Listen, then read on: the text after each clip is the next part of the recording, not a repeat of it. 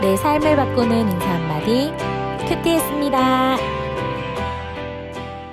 안녕하세요. 내 삶을 바꾸는 인사 한마디 큐티했습니다의 김신옥 목사입니다. 한 주 동안 잘 지내셨나요? 하나님의 임재 연습에 로렌스 형제는 이렇게 말하고 있습니다.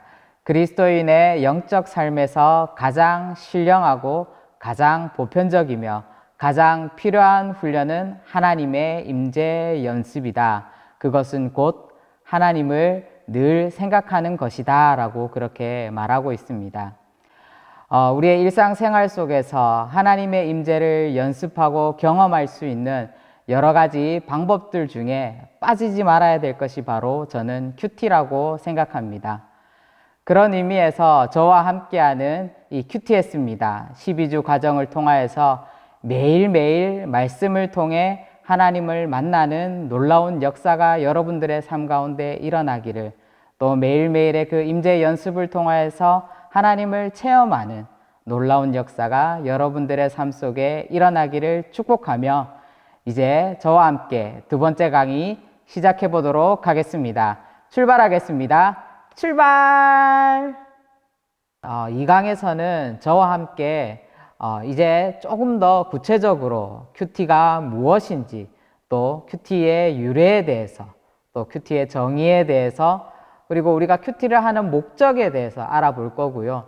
또 우리가 큐티를 하면은 무엇이 좋은지, 어떤 유익이 있는지 한번 더 알아볼 것입니다.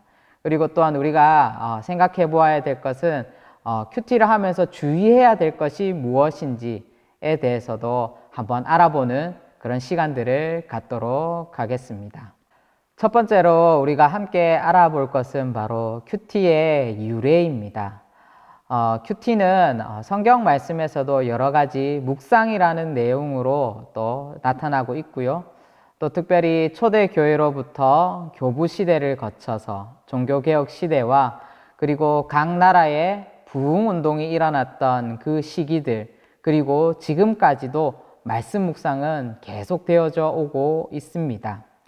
특별히 알렉산드리아의 오리겐은 하나님은 성경을 통해서 우리 가운데 임재하시는 분이시기에 성경을 읽고 이해하는 것은 신자의 영적 생활에 있어서 부수적인 것이 아니라, 즉 2차적인 것, 즉 해도 되고 안 해도 되는 것이 아니라 근본적인 것이 되어야 된다. 바로 필수적인 것이 되어야 한다라고 그렇게 말하고 있습니다. 큐티라는 말이 시작되게 된 유래가 있습니다.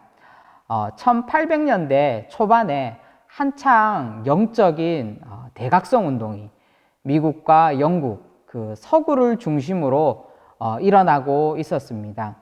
특별히 우리가 잘 알고 있는 무디 선생님께서 1882년에 캠브리지 대학에서 설교를 한 적이 있었습니다.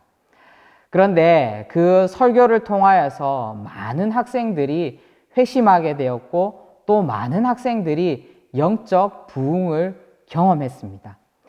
그러면서 그 캠브리지 대학 안에서는 특별히 학생들을 중심으로 경건 훈련 운동이 시작되게 되었습니다. 학생들이 기도하면서 어떻게 하면 이 세속적인 마음들, 세속적인 경향들을 몰아내고 거룩하고 경건한 생활을 할 수 있을까 고민을 하고 기도했습니다. 자신들의 거룩을 유지하기 위해서 그들이 찾아낸 방법이 바로 이 큐티였습니다. 바로 하루 생활 중에 얼마를 성경 읽기와 기도로 보낸다라는 것이었습니다. quiet time이라고 그들이 말했던 이 경건의 시간들을 통하여서 학교 내에는 경건의 시간을 기억하자라는 이 슬로건을 가지고 바로 여러 가지 경건 운동들이 일어나기 시작했습니다. 이 운동들을 통하여서 학생 한 사람 한 사람이 변화되게 되었고, 특별히 우리가 잘 아는 그 캠브리지 7인도 이 경건 훈련, 경건의 시간 훈련들을 통하여서 바로 탄생되게 되었습니다. 이후 이들의 경건 훈련 방법인 바로 경건의 시간, 이 quiet time을 여러 사람들이 사용하다가 선교사들을 거쳐 또 목회자들을 거쳐 여러 사역자들을 거쳐 전 세계로 퍼져나가게 되었고 또 우리 한국에도 자리 잡게 되었습니다. 바로 이것이 경건 훈련 방법인 큐티의 유래입니다. 허드슨 테일러는 이렇게 말하고 있습니다. 하루 중 가장 중요한 시간이 언제이든 그 시간을 주님과 교제하는 데 사용하라 라고 그렇게 말하고 있습니다. 어떻습니까? 여러분들의 가장 소중한 시간을 하나님과 교제하는 그 시간으로 여러분들은 사용하고 싶지 않으신지요? 두 번째는 큐티의 정의입니다. 큐티, 바로 quiet time의 약자이죠. 조용한 시간이라고도 말하는데요. 조용한 시간과 장소에서 하나님의 임재를 느끼며 말씀과 기도로 하나님과 교제하는 시간을 뜻하는 말입니다. 그런데 이것과 비슷한 말로 바로 묵상이라는 말을 쓰기도 합니다. 한자로 묵상은 잠잠할 묵자의 생각할 상자입니다. 바로 깊이 생각하다, 잠잠히 생각하다라는 그런 뜻을 가지고 있는데요. 우리가 구약 성경 히브리어 원어를 보면은 이 묵상이라는 단어는 하가라고 말하고 있습니다. 우리가 잘 아는 말씀 시편 1편 2절에 보면 이렇게 말하고 있습니다. 오직 여호와의 율법을 즐거워하여 그의 율법을 주야로 묵상하는도다 라는 말이 나오죠.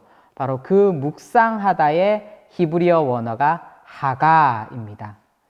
이 하가의 뜻은 여러 가지 뜻을 담고 있습니다. 소리내다, 그리고 읊조리다, 그리고 중얼거리다 라는 그런 뜻을 가지고 있고요.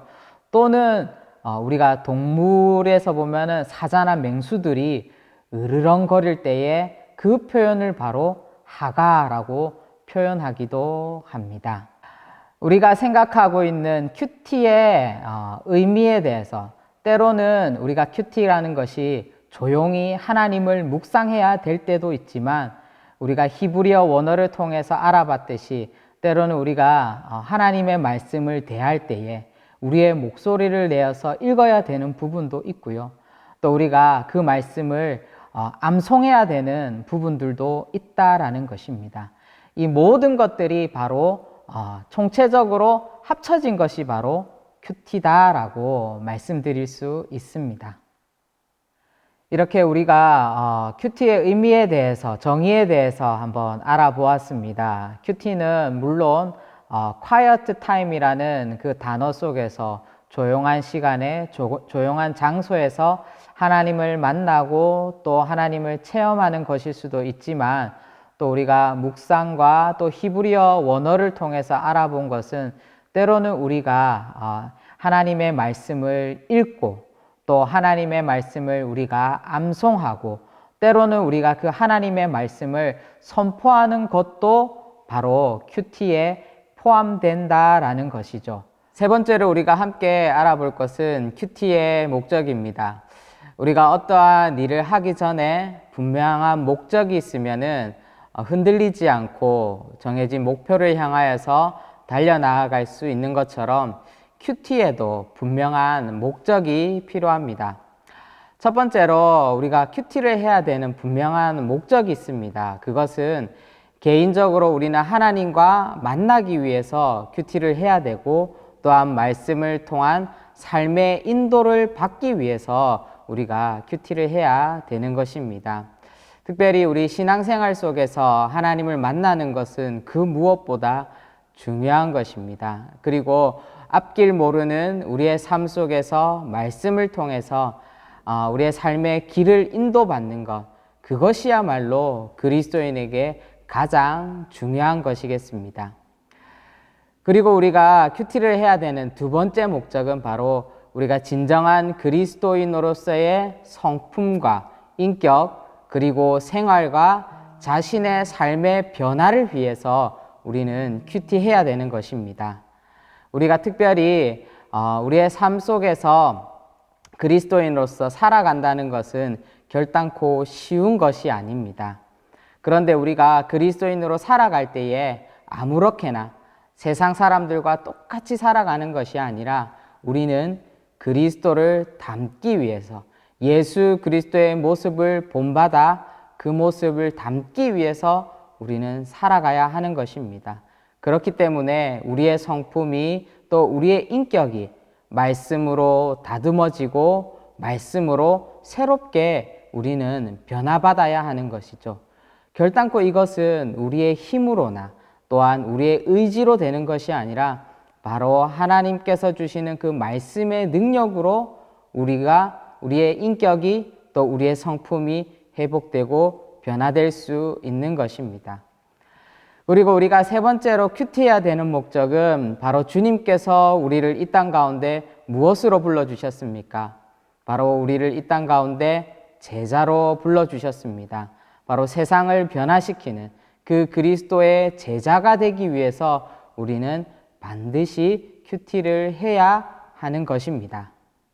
우리가 함께 세 번째 챕터에서는 큐티의 목적에 대해서 우리가 알아봤는데요. 그러면은 우리가 조금 더 구체적으로 큐티를 하면은 뭐가 좋은지, 특별히 큐티를 한다는 것은 하나님을 알아가는 과정이고 또 하나님과 친밀해지는 시간들이고 또한 하나님과 교제하는 시간인데 이렇게 큐티를 하면 우리에게 무엇이 좋은지 제가 한 10가지 정도로 정리를 해보았습니다. 우리 함께 우리 큐티의 유익에 대해서 한번 알아보도록 하겠습니다. 첫 번째로 우리가 큐티를 하게 되면은 삶의 지혜가 생기게 됩니다. 바로 하나님의 지혜를 얻는 것입니다. 때로는 우리의 삶 속에서 우리의 생각으로 우리의 뜻대로 안 되는 일들이 너무나도 많지만 우리는 말씀 속에서 하나님의 지혜를 얻고 또한 우리의 어려운 상황을 그 하나님의 지혜로 극복할 수 있는 것입니다. 그리고 두 번째로는 우리 삶에 어떠한 어려움이 닥칠 때에, 특별히 폭풍우와 같은 그런 어려움이 닥칠 때에 우리의 인생 속에서 피난처가 있다는 것을 우리는 알 수 있습니다. 그 피난처가 누구십니까? 바로 예수 그리스도이십니다. 정말 때로는 우리가 급작스럽게 어떠한 폭풍우를 만날 때에, 어려움을 당할 때에 때로는 우리의 생각이, 때로는 우리의 지식이 우리의 삶을 좌지우지하는 것이 아니라 바로 우리를 붙들고 계시는, 우리의 피난처가 되시는 예수 그리스도가 있다는 것을 우리는 큐티를 통해서, 말씀 묵상을 통해서 알 수 있는 것입니다. 그리고 큐티를 하면은 무엇이 좋냐면은 세 번째로 바로 우리는 환경과 감정에 상관없이 마음의 평안함과 자족함을 누리게 되고 그리고 우리의 삶의 만족감을 경험할 수 있습니다. 세상에 많은 사람들이 남과 자신을 비교합니다. 그런데 남과 자신을 비교하면은 어떤 일이 발생됩니까? 바로 불평불만하게 됩니다. 저 사람은 가지고 있고 나는 가지고 있지 않다라는 그런 비교의식 때문에 불평과 불만이 생기게 마련입니다. 하지만 우리가 큐티를 하게 되면은 세상에 불평불만하는 삶이 아니라 날마다 우리에게 주신 그 하나님의 은혜를 기억하며 온전히 감사할 수 있는 삶을 살아갈 수 있는 것입니다.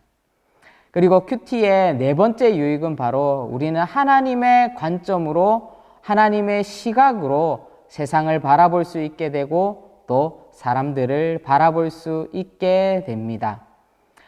우리의 가치관과 생각이 변하는 것인데요. 우리의 가치관과 생각이 세상의 가치관과 세상의 생각을 따라가는 것이 아니라 바로 하나님께서 주시는 그 가치관, 하늘의 가치관을 가지고 우리가 살아갈 수 있고 또한 그 가치관을 통하여서 우리의 생각이 변하고 또한 우리의 삶이 변하는 놀라운 경험을 우리는 할 수 있는 것입니다. 그리고 큐티의 다섯 번째 유익은 바로 하나님께서 우리의 삶 속에서 역사하시기 때문에 삶의 목적과 의미, 우리의 삶의 분명한 방향을 우리가 잡고 갈 수 있다라는 것이죠. 때로는 우리가 어디로 갈지, 이것을 해야 될지 저것을 해야 될지 때로는 의문이 들 때가 있습니다. 고민이 될 때가 있습니다. 때로는 정말 힘들어할 때가 있습니다.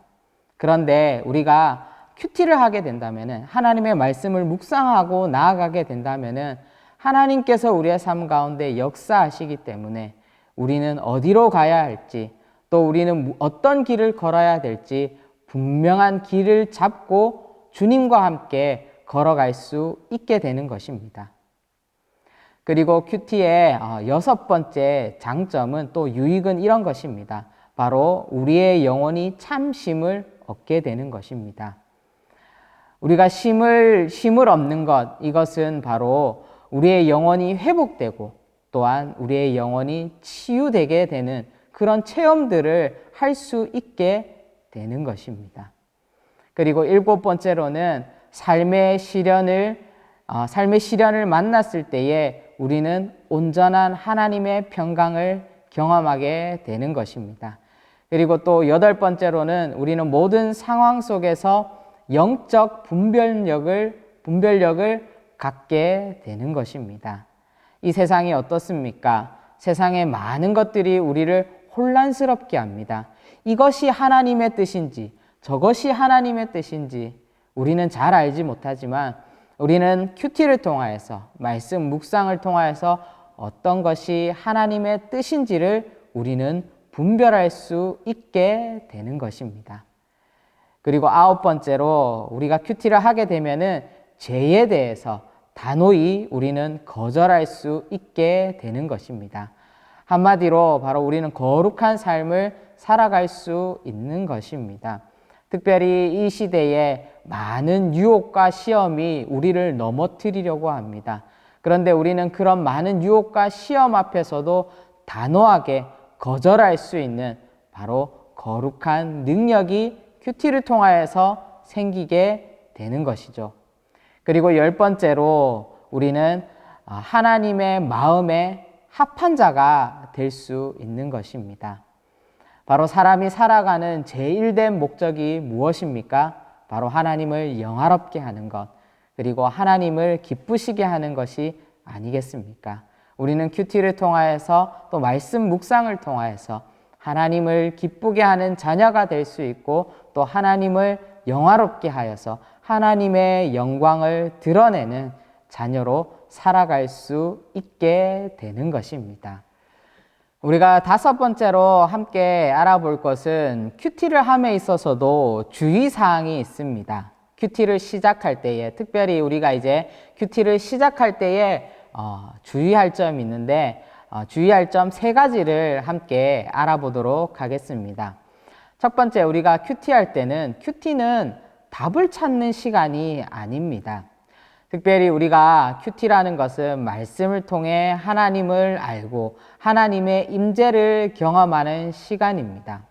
그런데 우리가 큐티를 하면서 또 말씀 묵상을 하면서 가장 범하기 쉬운 실수가 바로 자기의 마음에 사로잡히는 그 말씀 한두 구절을 묵상하고 그 과정에서 떠오르는 그 생각들을 하나님께서 주시는 말씀으로 우리는 때로는 착각할 때가 있다라는 것이죠. 그런데 이러한 큐티는 성경의 맥락을 무시할 수 있고요. 또 자신의 느낌을 쫓아 성경을 해석하기 때문에 올바른 묵상이라 할 수 없습니다. 오늘의 나의 기분이 좋으면은 묵상이 잘 되고, 오늘 나의 기분이 나쁘면은 묵상이 안 되는 그런 것이 큐티가 아니라, 날마다 우리가 하나님께로 나아가는 과정, 바로 말씀을 통하여서 하나님의 뜻을 구하고 하나님의 마음을 아는 그 과정이야말로 큐티라 할 수 있는 것입니다. 우리가 큐티를 함에 있어서 주의해야 될 2번째는 바로 우리는 항상 큐티를 함에 있어서 겸손해야 되는 것입니다. 이 말이 무엇이냐면은 우리가 큐티를 하지 않는 사람을 정죄해서는 안 된다라는 것이죠. 우리는 날마다 하나님의 말씀 가운데 나아갈 때에 겸손함으로 나아가야 되지, 나 큐티한다 라고 그렇게 누구에게 떠벌리거나 또 누군가가 큐티를 하지 않는다면 너 왜 큐티 안 해? 너 왜 하나님의 말씀을 묵상하지 않아? 라고 그렇게 정죄해서는 안 된다라는 것입니다. 상대방으로 하여금 열등의식을 느끼게 해서는 안 된다라는 것이죠. 그러한 의미에서 정말 우리가 날마다 하나님의 말씀 가운데 나아가는 것은 우리의 자신을 쳐서 복종시키는 것이고 또 우리의 삶을 하나님의 말씀 앞에 온전히 내려놓는 과정이기도 하는 것입니다. 우리가 때로는 큐티를 하게 되면은 우리의 삶의 어떠한 환경이나 또 삶의 역량들 때문에 때로는 이 말씀 묵상을 큐티하는 것을 놓칠 때가 있습니다.